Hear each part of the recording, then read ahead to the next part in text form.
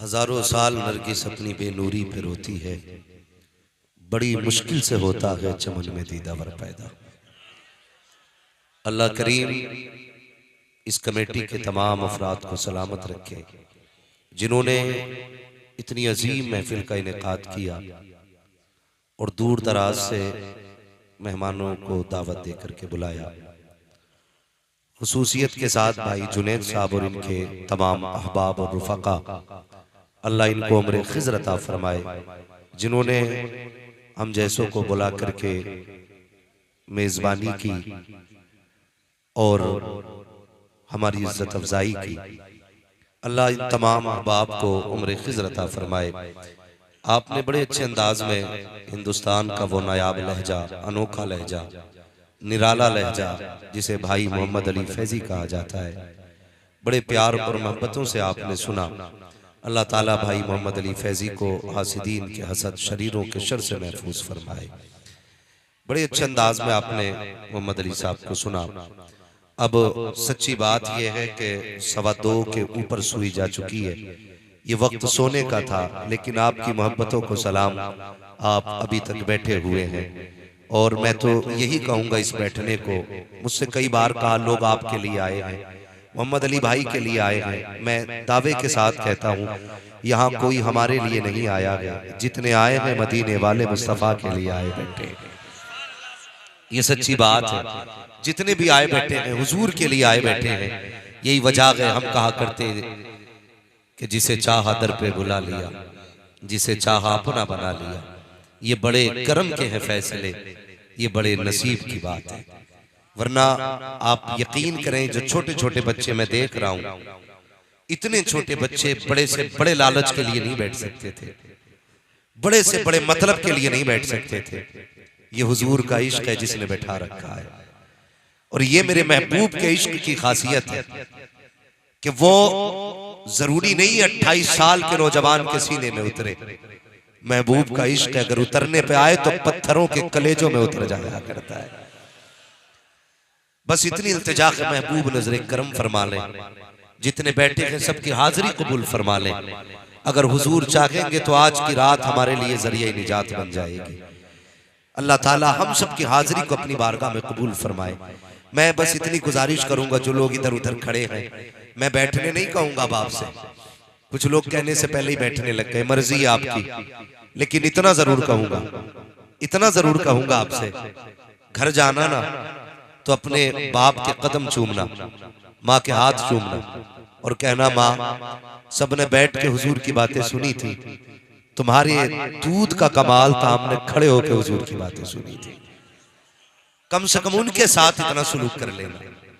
आप बैठ जाएंगे तो बड़ा अच्छा लगेगा, क्योंकि ऐसा लग रहा है कि जैसे आप सिर्फ देखने के लिए आए हैं। ये जरूरी नहीं है सब बैठेंगे तब मैं गुफ्तगू करूंगा। मेरा अपना एक मिजाज है, 4 होने चाहिए लेकिन आशिक होने चाहिए। हाँ, मैं ऐसी भीड़ से भी प्यार नहीं करता जिस भीड़ में किसी एक आशिक के बराबर इश्क ना हो। वो कहा था किसी ने इश्क है तो इश्क का इजहार होना चाहिए, हर गली हर कूचे में प्रचार होना चाहिए। आप मुकद्दर के धनी हो यार, बरेली शरीफ के पास रहते हो, ये मुकद्दर की बात है। शायद किसी को ये हजम ना हो हजम, मैं आई ना हूं दिखाऊंगा दाग चेहरे के, जिसे खराब लगे सामने से हट जाए। पूछे मोहम्मद अली भाई से, हम लोग हिंदुस्तान के कोने कोने में जाते हैं, लोग बहुत से तो इसीलिए इज्जत देते हैं कि आप बरेली के करीब रहते हो, इसीलिए लोग इज्जत देते हैं कि आप बरेली के करीब रहते हो, इसलिए लोग बार बार देखते हैं कि आप वहीं रहते हैं जहां शहर बरेली है। हमने कहा बताओ यार, बरेली में क्या ऐसा है जिसके लिए बार बार देख रहे हो? सुरमा है? कहा हाँ है तो सुरमा भी, लेकिन सुरमे से सिर्फ आंखें खूबसूरत होती हैं, लेकिन बरेली में एक अहमद रजा है जिससे जाते खूबसूरत हो जाया करती है, जिससे जाते खूबसूरत हो जाया करती है, उस जात को इमाम अहमद रजा कहा जाता है। पढ़ा गया मेरे मुर्शिद की शान में कलाम, कुछ लोग मुंह तक रहे थे, कुछ लोग दाद दे रहे थे, लेकिन कुछ लोग खोए हुए भी थे उस मंजर में कि जो जनाजे के वक्त देखा गया था। बस मैं इतनी गुजारिश आपसे कहूंगा, कम से कम बरेली के करीब रहने का हक अदा कर लो। बहुत बड़ी चीज नहीं मांगी है मैंने। कहां जा रहे हैं जुनैद भाई? आएंगे ना? अल्लाह आपको सलामत रखे भाई। तो कम से कम बरेली के करीब होने का हक अदा कर दीजिएगा, ताकि दुनिया को पता चले कि अगर बरेली के करीब रहने वाले इतने कट्टर सुन्नी है तो फिर बरेली में रहने वाले कितने कट्टर सुन्नी होंगे। सही है ना? अल्लाह आपको सलामत रखे। और फख्र किया करो यार, ये जो बांट रखा है ना, मेरे पीर ने मना किया कि मेरे पीर ने मना किया, मैं फलां दरगाह को मानता हूँ, मैं फलां दरगाह को मानता हूँ। आला हजरत को हर वो शख्स मानता है जो मदीने वाले मुस्तफ़ा को मानता है। ये फाइनल बात है।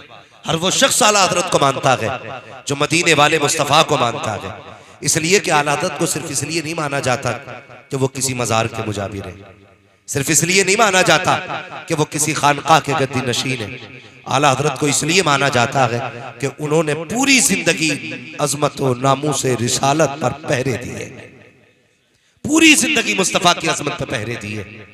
और खुदा की कसम इतना डट के पहरा दिया, इतनी डट के पहरा दिया, अब कयामत तक नामूस रिसालत पर अहमद रजा का पहरा रहेगा।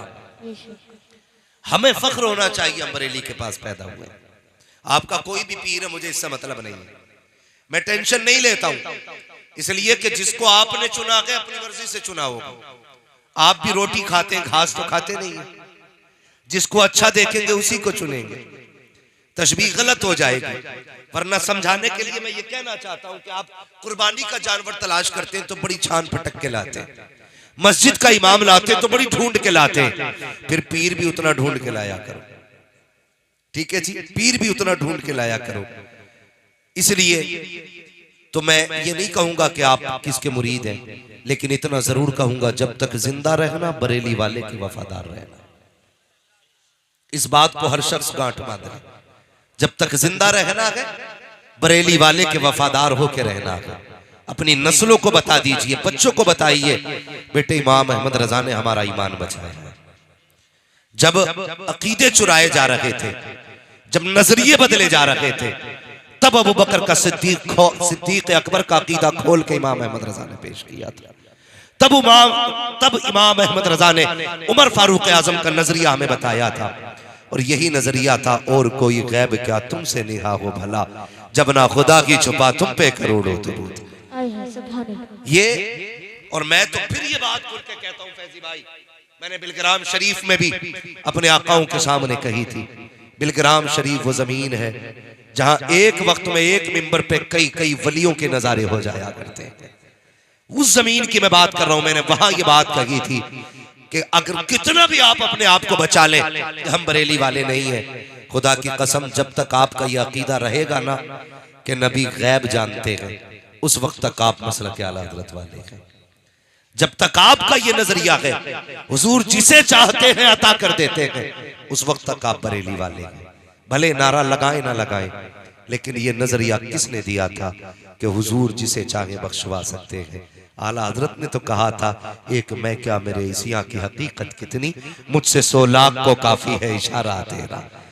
तो जिसका भी बख्शिश का नजरिया होगा वो बरेली के अहमद रजा के नजरिए पे होगा, और जो उनके नजरिए पे है वही मसला के आला हजरत वाला है।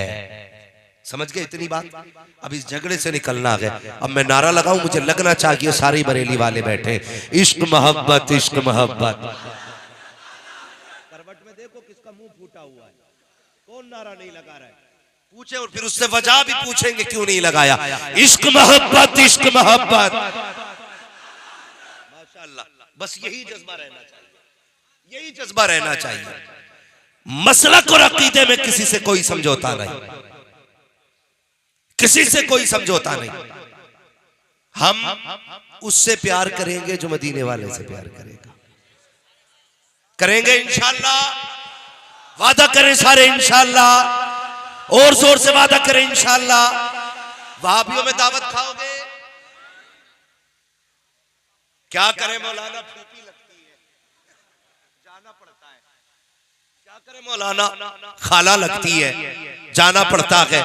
अब मेरे मुर्शिद ताजुश शरिया का सबक याद कीजिए, नबी से जो हो बेगाना उसे खुद से जुदा कर दे। ये मेरे मुर्शिद ताजुल शरिया का सबक है। नबी से जो हो बेगाना उसे दिल से जुदा कर दे, पितर मातर बिरादर मालो जा उन पर फिदा कर दे। क्यों? फिर बरेली से आवाज आती है जब कब्र में पहुंचो, फरिश्ते पूछे माँ कुंता तक़ूलु फी हक़्क़ि हाज़ा रजुल, इनके बारे में क्या कहता था, ये जो नूरानी चेहरे वाला है इसके बारे में क्या गुमान था, पगले झांकनी न पड़े, इसके बारे में क्या कहता है जो ये नूर वाला खड़ा है। उस वक्त कोई ये ना कहे बड़े भाई की तरह थे, गांव के चौधरी की तरह थे, बरेली वाले के अकीदे पे रहना ताकि फख्र से ये कह सको इनके बारे में पूछते हो। अरे हकीकत ये है इन्हें जाना इन्हें माना, न रखा गैर से काम, लिल्लाहिल हम्द में दुनिया से मुसलमान। ये नजरिया अपना बना के रखिए। सबसे पहली बात है अकीदा बचा के रखेंगे इंशाअल्लाह। सारे बोले इंशाअल्लाह। चुपके मैरिज हाल में तो नहीं जाना है, बोलो सच्ची बात, नहीं जाएंगे इंशाअल्लाह। अल्लाह आपको सलामत रख के बचिए। लोग कहते थे नहीं यार कोई मसला नहीं था, बस थोड़े से बिजनेस के मामला थे, खाने चला गया था। एक वक्त खा के मोटा नहीं हो सकता, अलबत्ता गद्दारों में नाम आ सकता है। इसलिए इनकी दावतों से बचिए, इनके रिश्तों से बचिए, इनकी कुर्बतों से बचिए और सिर्फ उससे प्यार कीजिए जो मदीने वाले से प्यार करता है। उससे प्यार कीजिए जो मदीने वाले से प्यार करता है। अल्लाह आपको सलामत रखे, आपकी उम्र में बरकतें करे। हालात बिगड़ते जा रहे हैं और हमारे कुछ अहबाब ऐसे भी होंगे जो बच्चियों के रिश्ते वहाबियों में कर दिया करते और ये कहते कि जी लड़का अच्छा था इसलिए लड़की हमने दे दी। खुदारा आप बेटियों को जहन्नम में न डालिए। ये आपसे कुछ नहीं कह सकती ना, कमजोरी नहीं इनकी, मजबूरी है इनकी। ये अपने बाप को रुसवा करना नहीं चाहता, वरना जबान इनकी ये भी है, ये भी कह सकती मुझे ये निकाह कबूल नहीं, लेकिन बाप की इज्जत की खातिर ये चुप रहा करती है। आप सोच समझ के फैसला कीजिएगा। ये मत देखो पैसे वाला है कि नहीं, ये देखो मदीने वाला है कि नहीं, इसका अकीदा सलामत है कि नहीं। फर्ज कर लीजिए आपने ऐसे बंदे को बेटी दे दी जो 10 लाख रुपए महीना कमाता है, पैसे से उम्र बढ़ सकती है? बोले सारे, पैसे से उम्र बढ़ सकती है? नहीं बढ़ सकती ना। कोई बुढ़ापा रोक सकता है? जवानी बचाई जा सकती है? नहीं। जैसे उम्र ढलेगी वैसे वैसे काम खत्म, ये फाइनल है। आप ऐसे शख्स को दामाद बना लेते हो जो 10 लाख रुपए कमाता है, फिर बता बेटी किधर जानी है? जहन्नम में। इसलिए 10 लाख कमाने वाले को दामाद ना बना, भले रोज मजदूरी करके 4 टुकड़े हलाल के कमा के लाता हो, लेकिन सुबह भी हुजूर पे दुरूद पढ़ता हो, शाम भी हुजूर पे दुरूद पढ़ता हो। ऐसे दामाद का इंतखाब कीजिएगा जो सुबह शाम मुस्तफा पे दुरूद और सलाम पढ़ता हो, जो नबी से प्यार करता हो। मैं जानता हूं प्यारे, हो सकता कि तेरी बेटी को मुर्ग मुसल्लम न मिल सके, मैं ये भी मानता हूं शायद ये होटलों में न ले जा सके तेरी बेटी को, मैं ये भी जानता हूं शायद तेरी बेटी को विदेश न ले जा सके, ये गरीब तेरी बेटी को लंदन और फ्रांस की सैर न करा सके, लेकिन अल्लाह की इज्जत की कसम खा के कहता हूं अगर अमल अच्छे हैं, अकीदा साथ लेके चला गया तो ये भले ही तेरी बेटी को लंदन न ले जा सका, लेकिन हाथ पकड़ के उसे जन्नत में जरूर ले जा सकता है।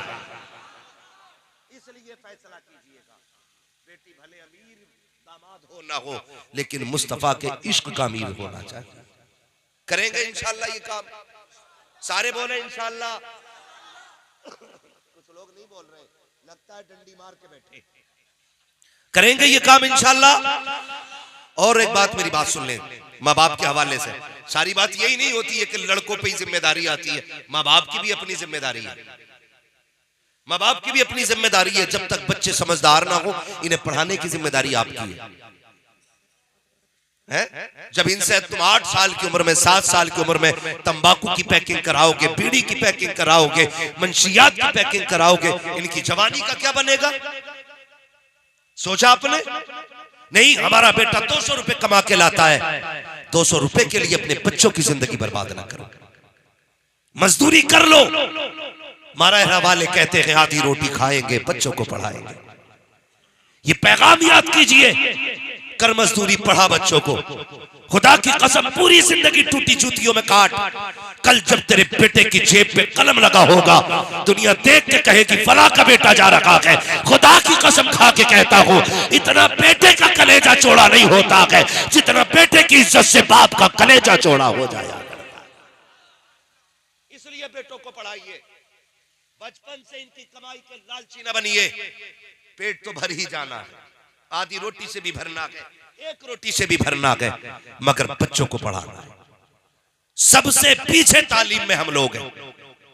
जलसे सबसे ज्यादा हमारी कौम में होते, चंदे सबसे ज्यादा हमारी कौम में होते, सबसे ज्यादा खर्च करने वाले हम लोग हैं, लेकिन तालीम में सबसे पीछे हम लोग। गलत कह रहा हूं? तालीम में सबसे पीछे हम लोग हैं। मुझे बताया जाए होता क्या है। अल्लाह भला करे आप लोगों का मेरी नजरों के सामने मजार भी है। मुझे लगता है शायद ये मजार के हवाले से जलसा सजा होगा। अल्लाह आपको सलामत रखे। हमारी कौम इतनी अंधी हो चुकी है, कई जगह पे उर्स होते, लेकिन वहां पे एक तरफ नचनिया को बैठाया जाता है, एक तरफ बेगैरत को बैठाया जाता है, और चंद मनचले लड़के आगे खड़े होते हैं, 10-10 हजार की गड्डियां यूं लेके उड़ा दिया करते हैं। कहते मौज आ गई, रात भर मस्ती आ गई, इतनी मौज उड़ाई है यार, कसम खुदा की थकन नहीं उतर रही है। मुझे बताओ तो सही, ऐसी कौन सी कौम होगी सबसे जाहिर जिसके जवान हो, सबसे पीछे जिसकी कौम हो, और वो नचनियों पे 10-10 हजार की गड्डियां लुटाए। अगर तुझे पैसा ज्यादा मिला है, उसी पैसे को उठा, गांव के सारे बच्चों का सर्वे कर, देख स्कूल के अंदर टॉप क्लास के नंबर किसके आए हैं, पढ़ने में सबसे अच्छा कौन है। अगर फीस भरने के लिए पैसे नहीं है तो उठा वो पैसे उस गरीब बच्चे की पढ़ाई में लगा दे। अगर तेरे दिए पैसे से वो बच्चा IAS बन गया, IPS बन गया, MBBS बन गया, खुदा की कसम कहता हूं वो IPS बाद में बनेगा, गुलामे रसूल पहले बनेगा, MBBS बाद में बनेगा, गुलामे मुस्तफा पहले बनेगा। अगर तेरे पैसे से ये डॉक्टर के साथ साथ गुलामे मुस्तफा बन गया तो दवा बाद में देगा, हुजूर पे दुरूद पहले पड़ेगा, गोली बाद में देगा, सलाम पहले पड़ेगा। इसकी दवा में असर हो ना हो, लेकिन इसके दुरूद में अल्लाह शिफा अता फरमा देगा। क्यों नहीं करते ये ऐसा? अगर हम कहें तो मुजरिम मौलवी, कोई फर्क नहीं पड़ता, लेकिन खुदारा अपने गांव को आगे बढ़ाओ, अपने लोगों को आगे बढ़ाओ, अपने बच्चों को आगे बढ़ाओ। कितने ऐसे लोग हैं जिनके पास जहन तो है, काबिलियत तो है, लेकिन पढ़ने के लिए पैसा नहीं है। उनके बाजू बन जाओ, उनकी हिम्मत बन जाओ, खड़े हो जाओ काबिल बच्चों के साथ। फिक्र न कर, कामयाबी की सीढ़ी चढ़ना तेरा काम है, तेरे कदमों में दौलत की पैरी लगा देना ये मेरा काम है। नहीं कर सकते हम ये लोग? बताओ, जो कौम एक जलसे के लिए 17 लाख का चंदा कर सकती है, वो एक बच्चे को पढ़ाने के लिए 50 लाख का चंदा नहीं कर सकती? बोलो, बताया जाए मुझे। हम कर सकते हैं, लेकिन सोच नहीं है हमारी। अल्लाह आपको सलामत रखे। आपने बता दिया उर्स पे भी मुस्तफा की बातें की जाएंगी, नचनिया नहीं बुलाई जाएगी। कहता मौज आनी चाहिए ऐसी बुलाना। वो बुढ़ा जिसे इशा में मस्जिद का रास्ता दिखाई नहीं देता, वो भी कुर्सी से उठ उठ के कहता वाह वाह। ये डर नहीं लग रहा झटके में सांस भी रुक सकती है? काम में आ चुके हो चच्चा, मगर उछल उछल जा रहा है। जो पैर कब्र में लटक गए उनसे हम तमाशे देखने जा सकते हैं, लेकिन मस्जिद नहीं जा सकते। बार बार चश्मा साफ करके देख रहा, साफ नहीं दिख रही। कुरान पढ़ने कह दो तो कहता हुरूफ नहीं दिखते। क्यों? ये दूर होते जा रहे हैं, हमें दूर किया जा रहा है हमारे दीन से। खुदारा बदलिए अपने आप को। पूरी जिंदगी बेटे का हाथ पकड़ के हमने डांस की पार्टियां दिखाई, फिर कहता बेटा इज्जत नहीं कर रहा। उसे पता जब अब्बा ही मेरे बराबर का बेगैरत है तो फिर इज्जत किसकी करनी है? अब्बा बराबर ठुमके लगा रहा था तो बेटे इज्जत करेंगे? खुद मुझे बताया जाए, बेटे इज्जत करेंगे? अल्लाह अकबर। सुने, गौर से सुनिएगा, नस्ल किन की अच्छी होती है। हसनैन करीमैन ने, खास करके इमाम हसन रजी अल्लाह ताला मौलाए कायनात मौला अली के शहजादे फरमाते हैं, हमने पूरी जिंदगी अपनी अम्मी फातिमा के साथ कभी एक लुकमा खाना नहीं खाया। ताज्जुब होगा आपको सुन करके, अल्लाह आपको सलामत रखे। सुने नस्ल कैसे अच्छी होती है कि हमने कभी अपनी माँ के साथ एक प्लेट में खाना नहीं खाया। हुजूर क्यों? फरमाते हैं, सिर्फ इस ख्याल से कहीं ऐसा ना हो जिस लुकमे पे, जिस दाने पे मेरी माँ की नजर हो, कहीं अनजाने में वो लुकमा मेरे मुंह में न चला जाए। इतना माँ का एहतराम करते थे। फिर नस्लें कैसी पैदा हुई, उनकी नस्ल में रब ने कैसे कैसे शहजादे पैदा किए। देखे तो सही, आप अच्छे होंगे तो औलाद अच्छी होगी, आप दुरुस्त होंगे तो औलाद दुरुस्त होगी। अगर आप गाने सुनेंगे तो बेटा डांस देखेगा, आप डांस देखोगे तो लड़का जाएगा मुजरे देखने के लिए। खुद क्यों नहीं समझते इस चीज को? बदलिए अपने आप को। खुद भी कुरान पढ़ा कीजिए, बच्चों को भी कुरान पढ़ाया कीजिए। गलत नहीं कह रहा हूं, इतना बड़ा मजमा मेरे सामने, जरा दिल पे हाथ रख के बताइए, हम में से कितने ऐसे होंगे जिन्होंने 8 दिन से कुरान नहीं खोला होगा, और कितने ऐसे होंगे जिन्होंने महीनों से कुरान नहीं खोला होगा, कितने ऐसे होंगे जिन्होंने साल भर से कुरान नहीं खोला होगा। हम में ऐसे भी होंगे जिन्होंने जिंदगी में कभी कुरान नहीं खोला होगा। यह है हमारी कड़वी सच्चाई। ये कमेटी वाले इतने मेहनत क्यों करते? क्या जरूरत थी इतना बड़े पंडाल सजाने की? सिर्फ यही वजह थी ना कि हमारे कौम के लोगों तक सच्ची बातें पहुंच जाए। जो हम मदरसे नहीं जा सकते वो यहां बैठ के सुन लें। हम में से कितने ऐसे हैं जो कुरान नहीं पढ़ सकते? गलत नहीं कह रहा हूं, जाओ अपने घरों को जाके चेक करो। जब तुम्हारे घर के अंदर सूरज सुबह को निकलता है, बीवी 8 बजे उठ के फ्रिज पे भी कपड़ा मारती है, वॉशिंग मशीन पे भी कपड़ा मारती है, अलमारियां भी झाड़ी जाती है। अगर झाड़ने का नंबर नहीं आता तो कुरान की सफाई का नंबर नहीं आता। गलत कह रहा हूं मैं? मुझे बताया जाए, एक घर के अंदर 8 मर्द है तो 9 मोबाइल तो होंगे, 7 नहीं होंगे। है कि नहीं ऐसा? अगर घर के अंदर 8 मर्द है तो 9 मोबाइल होंगे, 7 नहीं होंगे। सबके अपने अपने मोबाइल हैं, लेकिन जाओ घरों में जाके चेक करो। एक घर के अंदर 11 अफराद है लेकिन कुरान एक है, 13 अफराद है कुरान एक है। जिस तरह तुम्हें मोबाइल का शौक है, कुरान का शौक क्यों नहीं है? अगर 8 बंदों के लिए 11 मोबाइल हो सकते हैं, 8 बंदों के अलग अलग 8 कुरान क्यों नहीं है? इसलिए कि सबको पढ़ना नहीं आता है। अगर आता भी है तो वक्त नहीं है। खुदा की कसम खा के कहता हूं लोगों, और कुरान पढ़ने के आदी बन जाओ, आदत बना लो कुरान की। जब कयामत का दिन होगा, ये कि कुरान हाथ पकड़ेगा, कहेगा मालिक इसे बख्श दे, ये दुनिया में मुझे सीने से लगाता था, आज मैं इसे हाथ पकड़ के जन्नत में पहुंचाने के लिए आ गया। जाओ अपनी बीवियों से पूछो क्यों नहीं झाड़ा इन्होंने कुरान को। अभी मेला लग जाए, बिसाती की दुकान पे नंबर नहीं आता, हाँ नंबर नहीं आता, लंबी भीड़ लग जाती है। ताज्जुब की बात यह है, वही लोग कहते हैं औरतें गलत आती है मेले में जिनकी अपनी बेटियां मेले में खड़ी होती हैं। कौन संभालेगा हमें? अगर मेरी बीवी गलत है तो मेरी जिम्मेदारी है, मैं संभालूं। बीवी मेरी हो, मैं इनसे कहूं मेरी बीवी को सुधार दो, तो मुझसे बड़ा नामर्द कौन? आपकी जिम्मेदारी है अपने घर को संभालना, आपकी जिम्मेदारी है अपनी बेटी को शरीयत सिखाना, आपकी जिम्मेदारी है बेटी को तमीज देना। मुझे बताइए, अगर इस्लाम बेटी को नमाज के लिए मस्जिद में नहीं जाने देता तो सामान खरीदने के लिए बाजार में जाने की इजाजत कैसे दे सकता? खुद बताओ मुझे। दिल के पपोले जल उठे सीने के दाग से, इस घर को आग लग गई घर के चराग से। हमने खुद अपनी इज्जत का जनाजा निकाला है, खुद अपनी इज्जत का जनाजा निकाला। खुदारा अपनी बेटियों को समझाइए, अपनी बहनों को दीन सिखाइए। बताइए ये बाजार तुम्हारे लिए नहीं।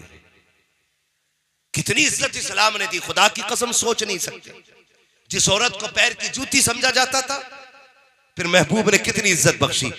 फरमाया ये मां बनेगी तो औलाद के लिए जन्नत है, ये बेटी बनेगी तो माँ बाप के लिए जन्नत है। बीवी बनेगी तो शोहर के लिए राहत है।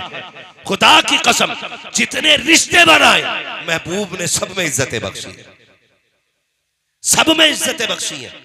और सोचो तो सही, बेटे को सिर्फ बाप के घर जागीर मिलती है, औरत को दोनों जगह मिला कर, शोहर के यहां भी उसका हक है और बाप के यहां भी उसका हक है। ये कमाल की बात है कि खा जाते हैं बेटी के हक और फिर कहते हैं मैंने 9 उम्रें करें। ये तेरे 9 उम्रों से पहले ये देखा जाएगा बेटी का हक दिया था कि नहीं। जहेज के लिए दुनिया लड़ रही है, इतनी लंबी लंबी लिस्ट है। अब तो हद हो गई बेगैरती की, कहते हैं कमरा नाप लेना।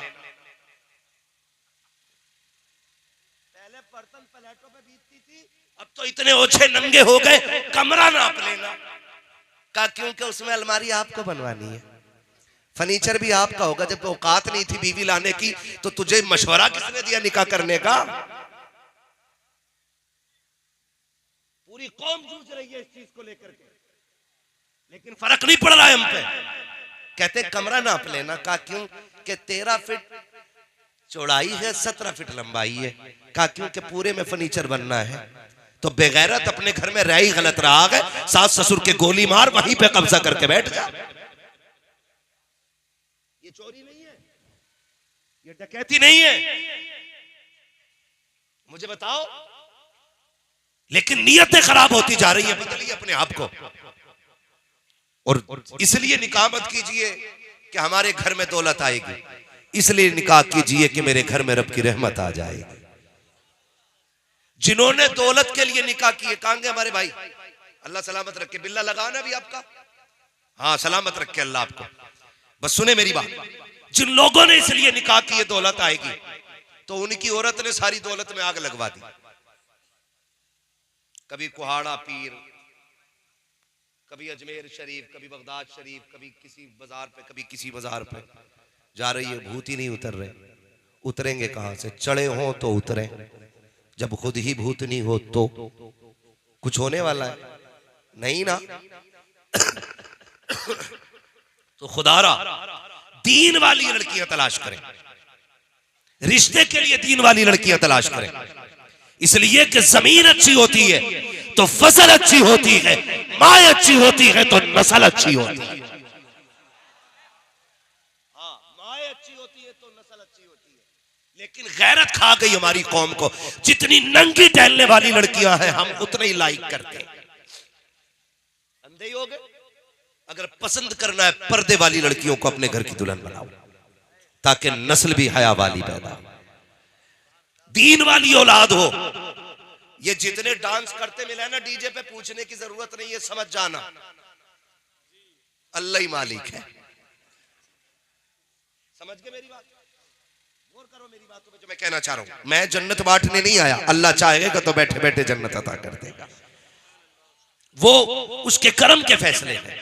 माँ अच्छी होती है तो नस्ल अच्छी होती है।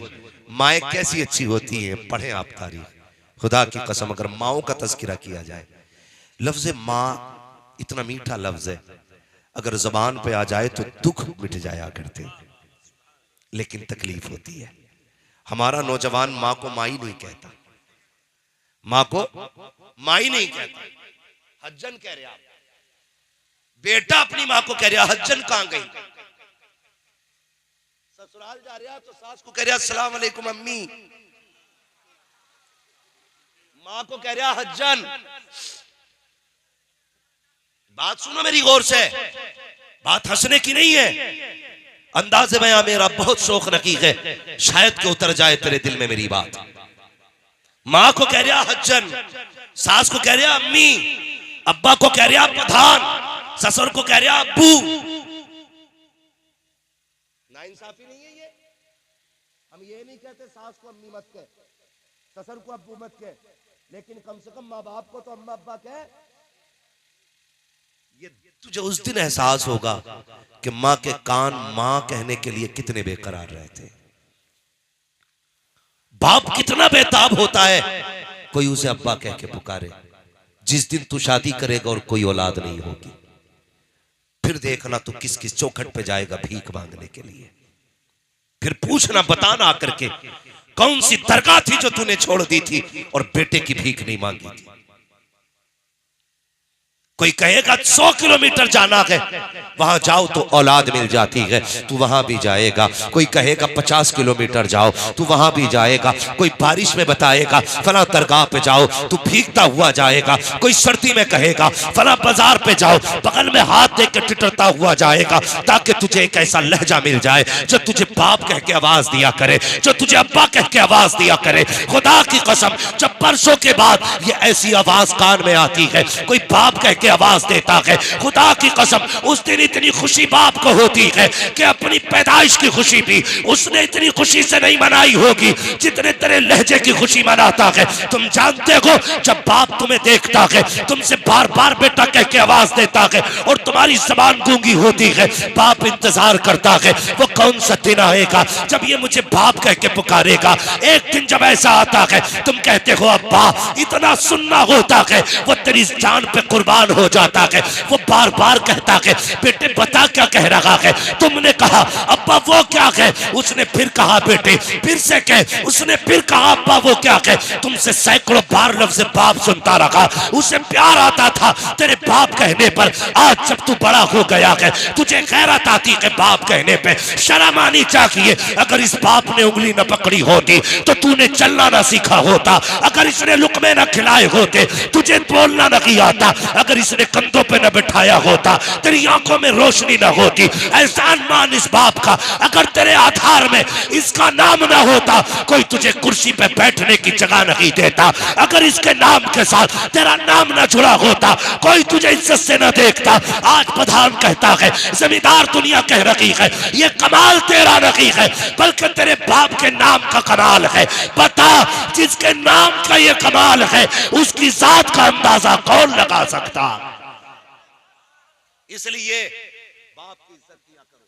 अल्लामा रूम रहमतुल्लाहि तआला अलैहि ने मसनवी शरीफ में ये वाकया लिखा, सुने सारे बेटे, बहुत गौर से सुनना, अल्लाह आपको सलामत रखे।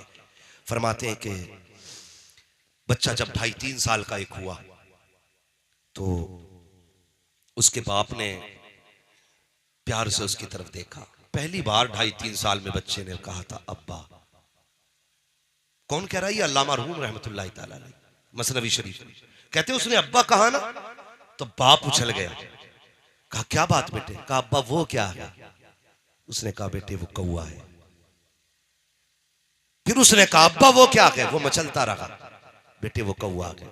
अल्लामा रूम लिखते हैं कि बाप ने 40 मरतबा बताया था बेटे वो कौवा है। उसे इसी बात की खुशी थी कि बेटा हर बार में अब्बा कह रहा था, इसी बात की खुशी थी कि बेटा हर बार में अब्बा कह रहा था। उम्र बीत गई, बुढ़ापा आ गया बाप का। बेटा जवान था, उसने सोचा चलो भी इसको भी आजमाया जाए। उसने कहा बेटे बुढ़ापा आ गया, नजर कमजोर हो गई, वो दीवार पे क्या बैठा है? इम्तिहान लेना चाहता था बेटे का। बेटे ने कहा जब दिखता नहीं तो देखने का शौक क्यों करते हो? पहला ताना दिया। कहा बेटे बताना क्या है? तो बेटे ने जब पूछा, बेटे ने कहा अब्बा वो कौवा है। बाप ने कहा बेटे बुढ़ापा आ गया है, जरा जोर से बोल, मैं सुन नहीं पा रहा हूं। उसने गुस्से में कहा जब ऊंचा सुनते हो तो क्या जरूरत है शोर करने की? कहा बता ना बेटे क्या है? कहा कौवा है। तीसरी बार पूछा, उसने झुंझला के कहा तुम पागल हो गए हो? बाप रो दिया। उसने कहा नहीं बेटे मुझे भी पता ये क्या बैठा है, लेकिन मैं ये देखना चाह रहा था कि मैंने बचपन में तुझे 40 मरतबा बताया था कि ये जो दीवार पे बैठा ना ये कौवा बैठा है, बस तू 3 बार में थक गया। मैंने तुझे 40 बार तेरा मत्था चूम के कहा था बेटे ये कौवा बैठा है। खुदा की कसम ये बाप होता है, बाप होता है। बड़ी कुर्बानियां होती हैं बाप की भी, लेकिन इसमें गलती हमारी भी हुई है। हमने मिंबर से सिर्फ माँ की शान बताई, कभी बाप की बात ही नहीं बताई। माँ ये होती है, माँ ये होती है। खुद बताओ, हम अगर इसका अंदाजा आपको रोड पे भी चलोगे तो हो जाएगा। हर गाड़ी के पीछे लिखा होता माँ की दुआ ठंडी हवा, माएँ ठंडी छाएं, माएँ ये माएँ वो। कभी बाप के लिए किसी ने आज तक 2 जुमले नहीं बोले। क्यों? बाप दुश्मन था तुम्हारा। ये उस दिन एहसास होगा तुम्हें जब तुम्हारा बेटा तुम्हारी मेहनत की पढ़ाई के बाद कामयाब होकर के जब अपनी काबिलियत से साइकिल खरीद के लाएगा और उसके पीछे लिखेगा ये मेरी माँ की दुआ है, तब तुम्हें लगेगा कि बाप को कितनी तकलीफ होती है। तब तुम्हें एहसास होगा। खुदारा जब कोई चीज खरीदा करो, ये मत कहा करो ये सिर्फ मेरी मां की दुआ है, बल्कि ये कहा करो ये मेरे माँ बाप की दुआ है, ये मेरे माँ बाप की दुआ है। नसीब वाले जिनके सर पे माँ बाप का साया है। रोगे यार अगर ये नहीं होंगे, रोगे अगर ये नहीं होंगे। और लिख लो मेरी बात, जब बचपन में बाप चला जाता है ना औलाद की, तो जवानी कितनी मुश्किल से आती है, ये कोई औलाद से पूछे। और जिनके सर पे बाप का साया होता है वो कब जवान हो गए पता ही नहीं चलता है, इसलिए कि सारे दुख बाप अपने कंधे पे ले लेता है। ये जो सुख में जी रहे हो ना, बाप की पीठ पे इन दुखों का निशान तुम्हें मिलेगा। मैं पीरों का मुखालिफ नहीं, लेकिन दिल दुखता है। लोग कहते हैं कि मेरे पीर के हाथ ना गुलाब जैसे मुलायम है। खुदा की कसम, तूने पीर के मुलायम हाथ तो देखे, लेकिन बाप की कभी हाथों की ठेठे नहीं देखी। तुझे क्या पता पीर के हाथ मुलायम क्यों है और बाप के हाथ मजबूत क्यों है। अगर बाप ने भी 10 साल एसी में बैठ के गुजारे होते ना, इसके भी हाथ एसी जैसे मुलायम होते, गुलाब जैसे। लेकिन नहीं, तुझे पता है जब तूने 6ठी क्लास पास की थी और तेरी फीस भरने के लिए पैसे नहीं थे, इसी बाप ने मई जून की गर्मी में कमर पे ईंटें रख करके ना ओवर टाइम ड्यूटी करके तेरी फीस भरी थी। क्यों भूल गए बाप के एहसान को? क्यों याद नहीं रहा तुम्हें बाप यार? यही था वो जो सर्दियों में साइकिल से जाता रहा, यही था वो जो बारिश में भीग के जाता रहा, यही था वो जो गर्मी में तपती हुई धूप में 60 ईंटें लेके चढ़ता रहा। क्यों भूल गए इसके एहसानात को? क्यों? इसका अपना शौक था? नहीं। एक दिन बेटे ने कहा था, अब्बा मुझे वैसे जूते चाहिए जो फला के बेटे हैं, फला के बेटे के हैं। ये रोता हुआ गया था और जाकर के अपने मालिक से कहा था 3 दिन की एक्स्ट्रा मजदूरी दे दो, मैं ओवर टाइम ड्यूटी करके तुम्हारा कर्ज उतार दूंगा। और जब ये कर्ज का पैसा लेकर के रात को तेरे लिए जूते लेकर के लौटा था, खुदा की कसम तूने इसकी मुस्कुराहट नहीं देखी थी। जब ये तेरे पास लेकर के आया जूते, इसने बीवी से कहा मेरा बेटा कहाँ है? उसने कहा सो गया है। कहा उठा तो सही, मैं इसके पसंद के कपड़े लेके आया हूं, इसके पसंद के जूते लेके आया हूं। जब इतना कहा था, तूने उठ करके नींद में अपनी आंखें मसल के जूतों को देखा और तू दौड़ के बाप के कदमों से लिपटा था। पूरी जिंदगी में ये इतना खुश नहीं हुआ था जितना तेरे चेहरे की मुस्कुराहट देख के ये खुश हो गया था। दिल पे हाथ रख के बता, एक तेरी खुशी को पूरा करने के लिए इस बाप ने कितने दुख उठाए और तुझे कितनी खुशियां बख्शी। आज क्या तूने भी बाप की खुशी पूरी की है? इतने बड़े मजमे में मैं चाहता हूं काश मेरे कान सुने, मेरी आंखें देखे कोई ऐसा नौजवान हो जो परदेश जाते जाते ये कह के बीवी से गया हो, सुन आज के बाद जो भी खाना बनेगा वो तेरी मर्जी से नहीं, मेरे माँ बाप की मर्जी से बनेगा। कितने लोग ऐसे मिलते हैं? सुने, संडे संडे बीवी को लेके जाते हो शॉपिंग के लिए, अल्लाह तौफीक दे तो माँ बाप को भी ले जाया करो। कम से कम ईद ईद पे माँ बाप को कपड़े बना लिया करो। इज्जत की जिंदगी जिलाओ माँ बाप को, उन्हें यकीन दिलाओ कि तुम उनकी औलाद हो, उनसे प्यार करते हो। कभी सोचा हमने? सोच भी नहीं सकते उनकी कुर्बानियों को। खुदारा माँ बाप की इज्जत किया करो। फरमाया गया जो मुस्कुरा के माँ बाप का चेहरा देख लेता है, अल्लाह उसे हज्जे मकबूल का सवाब अता फरमा दिया करता है। लोग 50-50 हजार फीट ऊपर उड़ के जाते हैं, 5 लाख खर्च करके हज करके आते हैं, लेकिन कोई सर्टिफिकेट नहीं हज कबूल है कि नहीं। मुस्तफा फरमाते हैं सुबह उठ न उड़ 50,000 फीट की ऊंचाई पे, न खर्च कर 5 लाख 4 लाख, सुबह उठ के मुस्कुरा के माँ बाप का चेहरा देख, अल्लाह तुझे घर बैठे बैठे हज्जे मकबूल का सवाब अता फरमाएगा। ये काम कीजिएगा, माँ बाप की इज्जत कीजिएगा। और सुनिए, जो चीज मेहनतों से नहीं मिला करती है ना, वो माँ बाप की दुआओं से मिल जाया करती है। माँ बाप की दुआओं से मिल जाया करती है।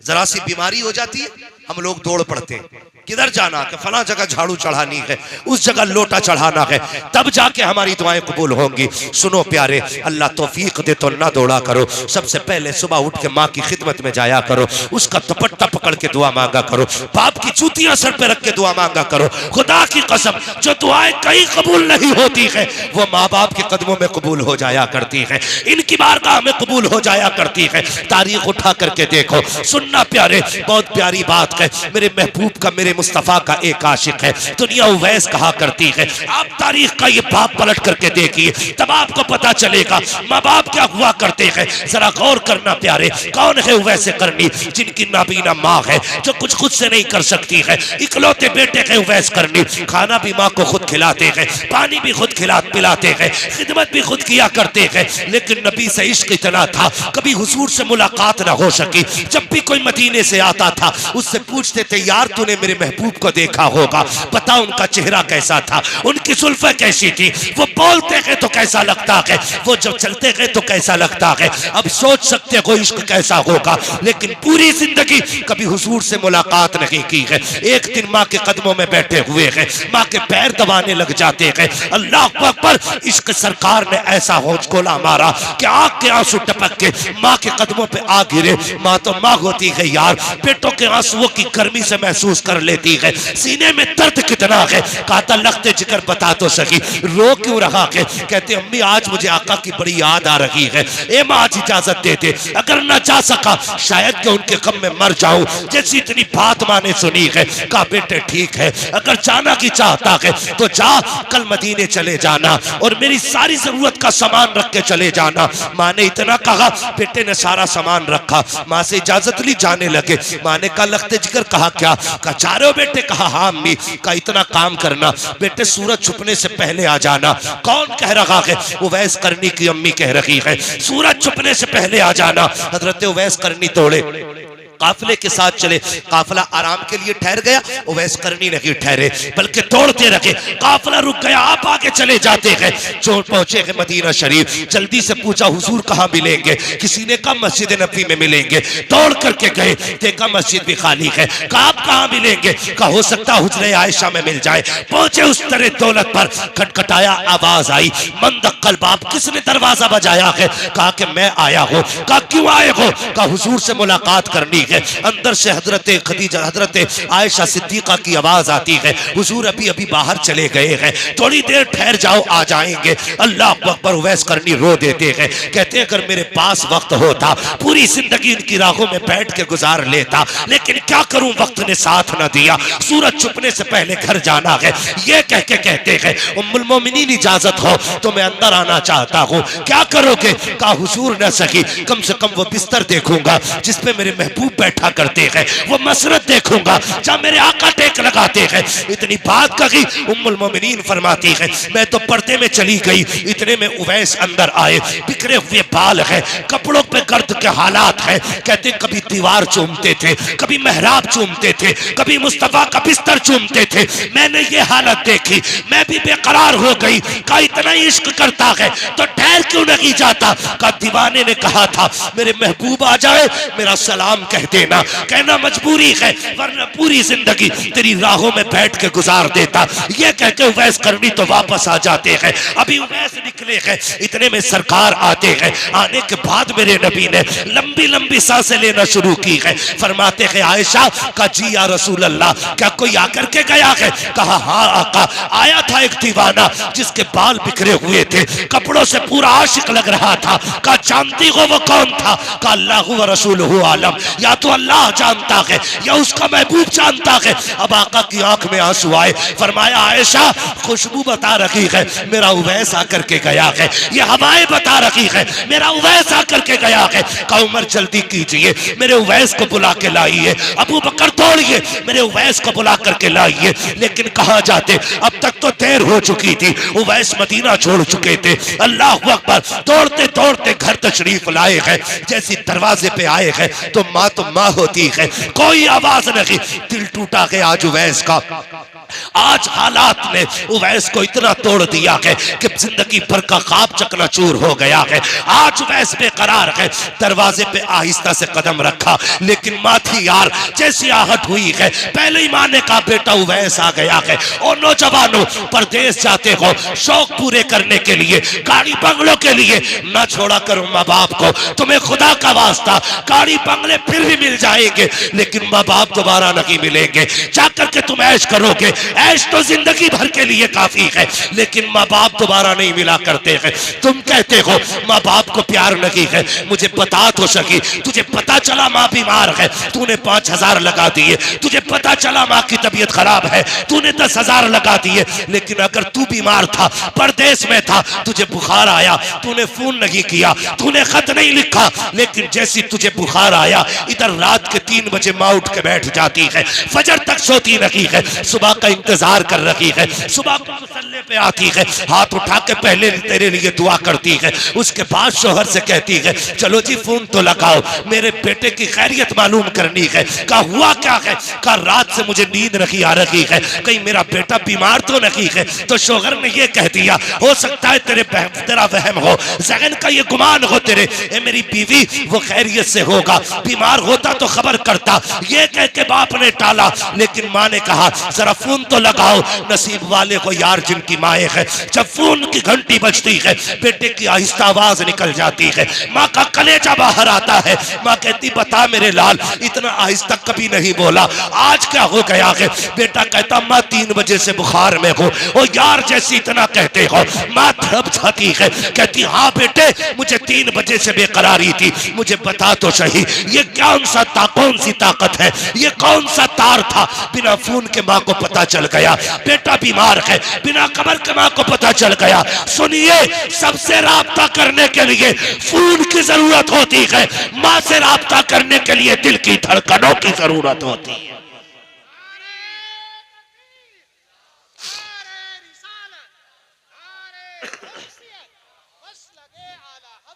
खुदारा माँ की इज्जत किया करो, ये माँ होती है।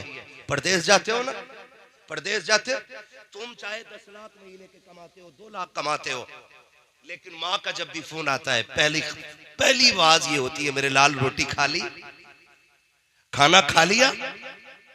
खुदा की कसम ये जात है जो तेरे एक एक लुकमे की फिक्र करती है। और ये आज बता जाऊं, मेरी माँ बहनें बैठी हैं, माँ कभी भी बहू से नहीं लड़ती है। माँ कभी भी बहू से नहीं लड़ती है। मां सिर्फ इसलिए लड़ती है बेटे की बीवी से, वो अपने घर की बहू में अपने जैसी एक औरत देखना चाहती है। वो ये चाहती है ये मेरे बेटे की वैसे कदर करे जैसे मैंने की थी। मां कब लड़ती है बहू से? जब देखती है बेटा सुबह लड़के फाके से चला गया, फिर मां बेकरार होती है। जब देखती है बेटा शाम को थक के आया, बहू ने अपनी इतनी बातें सुना दी, वो बिना खाए सो गया, फिर मां लड़ेगी। मां बहू से नहीं, मां एक मां से लड़ती है। मां ये चाहती है जैसे मैंने बेटे की कदर की है ना, तू मेरे बेटे की कदर कर। और याद रखिएगा, जो बहुएं मां के बेटों की कदर करती हैं, वो शोहर की भी प्यारी होती है, शोहर के मां बाप की भी प्यारी होती है। ये याद रखिए, मां उस औरत से क्यों लड़ेगी जिसके बरसों से ख्वाब देखती रही, जिसे चांद का टुकड़ा कहती रही, उससे क्यों लड़ेगी मां? सिर्फ उससे लड़ती है जो उसके बेटे को तड़पाती है। खुदारा मेरी बहनों, मेरी माओ, इतनी सी गुजारिश है, अपने अपने शोहरों की इज्जत किया करो, कदर किया करो अपने अपने शोहरों की। फजर में उठ के ना चूल्हे पे चढ़ के झूला दामन फैला के ये ना कहा करो अल्लाह करे तुझे मौत आ जाए, तू लौट के ना जा, तू ट्रक के नीचे दब के मर जाए, ये ना कहा करो। तुझे क्या पता जिस दिन ये कफन में लिपट गया ना, उस दिन तेरी सारी बादशाहत चली जाएगी। जिसके लिए हाथ उठा के बद्दुआएं कर रही है, इससे तेरे घर की सल्तनत चमक रही है, इसके कदमों से तेरे घर में बरकत है। जब ये जाया करे बद्दुआ ना किया कर, मुसल्ला बिछा के रब से इसकी जिंदगी की भीख मांगा कर। ये कहा कर मालिक सुहाग के जोड़े में छोड़ के गया है, सुहाग के जोड़े में मिलाना। तू नहीं जानती है, जब तक ये कहे तेरे हाथों में कंगन भी अच्छे लगते हैं, जब तक ये कहे तेरे नाक कान का जेवर अच्छा लगता है, जब तक तू ये कहे तेरे रंग बिरंग के कपड़े अच्छे हैं, जिस दिन ये चला गया लोगों को तेरी सूरत भी अच्छी नहीं लगेगी। हाँ? तेरी सूरत भी अच्छी नहीं लगेगी। इसलिए शौहरों की इज्जत किया करो, और कभी भी किसी माँ के लाल को तड़पाना मत, वरना माँ तुम्हें बख्शेगी नहीं। आके कहती है ऐसा तावीज दे दो मेरी सास का मुंह बंद हो जाए। हाँ, ऐसा तावीज दे दो जो सास के मुंह में ताला लग जा। हमसे काहे लगवा रही, गला दबा दे, ना होगी ना तुझे देखेगी। जब तू रोज तमाशा करेगी उसके बेटे के साथ, वो छोड़ देगी तुझे? वो तो बेटे के लिए अपनी जिंदगी की परवाह नहीं करती, तो तू क्या है? अगर चाहती है वो तुझसे प्यार करे तो तू उसके बेटे की इज्जत किया कर। ये समझाया करो बेटियों को, ये समझाया करो बेटियों को। इसलिए मेरे भाई, माँ बाप की इज्जत करेंगे, सारे बोलो करेंगे माँ बाप की इज्जत। आज की महफिल अज़मत वालिदैन है। बस आखिरी बात, उवैस करनी दरवाजे पे आए। माँ ने कहा आ गए बेटे, सुने माँ क्या होता है। आ गए बेटे, जी अम्मी। माँ ने कहा आ मेरे करीब, आके बैठ गए। माँ भी बैठ गई। उवैस करनी कहते मेरी माँ ने कहा बेटे, जिसके लिए तड़पता रहा, अब बता वो तेरा महबूब कैसा है। जब इतनी बात कही ना, तो अब फिर इश्क ने अंगड़ाई ली, बेकरारी बड़ी, जब्त के बंधन टूटे, फूट के रो दिए। कहा जिस महबूब की बात कर रही मैं देख नहीं पाया उसे। कहा क्या हुआ? कहा मैं गया, हुजूर थे ही नहीं मदीने में। कहा बेटे इंतजार कर लेता। कहा इंतजार कैसे करता? माँ तूने कहा था सूरज छुपने से पहले आ जाना, तेरी बात कैसे टाल देता? अगर तुझे नाराज कर देता मेरा रब नाराज हो जाता, तुझे नाराज कर देता मेरा रब नाराज हो जाता। कहा माँ इसलिए मैं तेरी रजा के लिए महबूब का चेहरा छोड़ आया। माँ का दामन फैला, आंचल उठा के माँ ने कहा मालिक मेरे बेटे ने ना तेरे महबूब का भी दीदार छोड़ दिया मेरी रजा के लिए। ए अल्लाह मेरे बेटे को वो इज्जतें दे, वो इज्जतें दे कि सारा जमाना जहां जहां तेरे महबूब की बातें करे, वहां वहां मेरे बेटे वैस करने की भी बातें होनी चाहिए। आज तारीख गवाह है, हजारों साल बीत गए, तारीख के औराक में आज भी वैस करनी का नाम जिंदा है। कैसे? माँ ने दुआ दी थी, इसलिए आप भी माँ से दुआ लिया करें। एक होता दुआ करवाना, एक होता दुआ लेना। दुआ करवाते तो सब है, लेता कोई कोई है। करवाने का मतलब ये होता दुआ कीजिए, 500 रुपए दिए दुआ कीजिए। हमने कहा चल भाई 500 वाली दुआ कर दे। 10 रुपए दिए दुआ करना हजरत, चल भाई 10 वाली दुआ कर दे। हमारे यहाँ तो ग्रेड चलता है ना, है? हमारे यहाँ तो लेबल होता, 100 रुपए में 100 रुपए की दुआ होगी, 500 में 500 की, हजूर को 1000 दो तो 1000 की दुआ। लेकिन माँ बाप होते जो फ्री में तुम्हें अरबों खरबों की दुआएं दे दिया करते हैं, इनकी इज्जत करना। रात को जब ये सो के उठते हैं, इनकी आंख खुल जाती है ना, ये अल्लाह से कुछ नहीं मांगते, कहते हैं अल्लाह हम ठीक है, हमारे लालों को सलामत रखना। ये माँ बाप होते जब भी कभी कोई गाड़ी ले, बंगला बनाए, मकान बनाए, खाली ये नहीं लिखना मेरी माँ की दुआ है। क्या लिखोगे? अल्लाह सलामत रखे। क्या लिखना है? जोर से क्या लिखना है? माँ बाप की दुआ है, यही लिखना है। बाप की भी इज्जत करनी है, माँ की भी इज्जत करनी है। ये बात अलग है कि हक माँ का ज्यादा होता, शान बाप की भी कम नहीं होती। खुद एक बात सोचिए, एक बात जरा दिमाग से, कि हमारी जन्नत माँ के कदमों के नीचे। किसके? सारे बोले माँ के कदमों के नीचे। पीछे वाले क्यों नहीं बोल रहे? ये माँ से पैदा नहीं हुए, पेड़ से उतरे। किसके कदमों के नीचे? कुछ लोग तो यही सोच रहे हैं कि जन्नत भी बीवी के कदमों के नीचे। जन्नत किसके कदमों के नीचे है? माँ के कदमों के नीचे। और माँ की जन्नत बाप के कदमों के नीचे। समझ गए? अब सोच, जिसके कदमों में तेरी जन्नत है, फिर उसकी जन्नत जिसके कदमों में है, तो फिर अगर माँ का ये मकाम है तो फिर बाप की शान का आलम क्या होगा? कई बार तो ऐसा होता है लल्ला अम्मा को साथ लेके बैठ जाता, अब्बा को फरार। अब्बा तेरी बैठक मेरी बैठक, आरे जाड़े।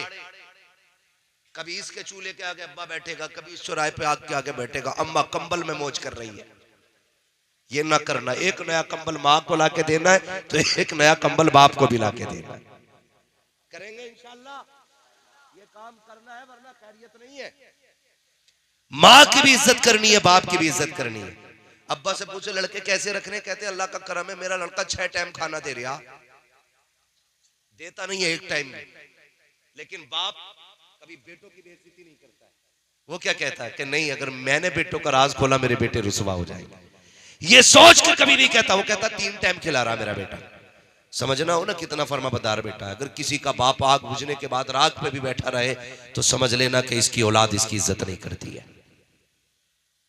देखिए ना, आग बुझ जाती है फिर भी लोग कुरेदते रहते हैं, राख बुझ जाती है फिर भी कुत्ते पिल्ले की तरह बैठे रहते हैं। होता है कि नहीं ऐसा? जब सब उठ जाते हैं तो उसमें कुत्ते आके बैठ जाते हैं। ये आम बात है, हम भाई गांव के रहने वाले लोग हैं, आसमान से नहीं उतरे, सब देखते हैं हम लोग भी। तो अगर तुम्हें यह देख रहा हो कौन बाप की इज्जत करता है कौन नहीं, तो जिसका बाप सर्दी में किसी राख के आगे बैठा हो समझ लेना बेटे इज्जत नहीं करते। और जिसका बाप आग को भी सलाम करके चला जाए, चलो जी तापो असी घर जा, हम तो भैया ऐसे ही घर पे जाके सोएंगे आराम से, तो समझ लेना इसकी घर में बड़ी इज्जत है। ये हमारे घर की बहू है, अल्लाह इन्हें सलामत रखे, कहती है बुढ़ों का क्या काम घर में, निकलो बाहर। अरे ये पूरी जिंदगी बाहर रहा है, कम से कम अभी से एक कमरे में इज्जत से रहने दिया जाए। 40 साल मजदूरी करके एक छत पाटी थी इसने, उसे भी तूने घेर लिया। परिंदे इसलिए घोंसले बनाते हैं ताकि चैन से जी सके। जमीन में रहने वाले कीड़े इसलिए बिल बनाते हैं ताकि हादसों से बच सके। इंसान जब मकान बनाता है तो वो कुछ नहीं सोचता होगा। वो बाप जिसने पूरी छत बना डाली उसने भी सोचा होगा बुढ़ापे में काम आएगी। और बुढ़ापे में बहुएं कहती है निकलो जी यहाँ से, बुढ़ापे में तुम्हारा घर में क्या काम है, जहर दे दो इन्हें, कोई काम नहीं है, बर्बाद कर दो, इनमें आग लगा दो, तुम्हें क्या पता है। इनकी इज्जत किया करो बेटी। तुम अपने बाप के घर थी, 18 लोगों का खाना बनाती थी, तब हाथ नहीं टूटते थे। ससुराल में आके 5 का बनाते हुए हाथ टूट जाते हैं। ये ना इंसाफी क्यों करती हो? जैसे वहां 12 का भाई बहन समझ के बनाती थी, यहाँ भी 11 का भाई बहन समझ के रोटियां बनाया करो। लेकिन अपने भाई भाई होते हैं और शोहर के भाई कसाई होते हैं। इंसाफ करो। जिस तरह अपने बाप को इज्जत देती हो इस तरह अपने ससुर को इज्जत दिया करो। तुम इन्हें बाप वाला एहतराम दो, ये तुम्हें बेटी वाला प्यार दे। हर घर के अंदर ये नियम लागू करो, हर बहू को अपने ससुर को बाप कह के आवाज देनी होगी, बेटी वाला किरदार अदा करना होगा, फिर हर बाप अपने बाप होने का हक अदा करेगा। लेकिन अल्लाह खैर करे, सास अलग कैमरा लगाए बैठी है, ससुर अलग जासूस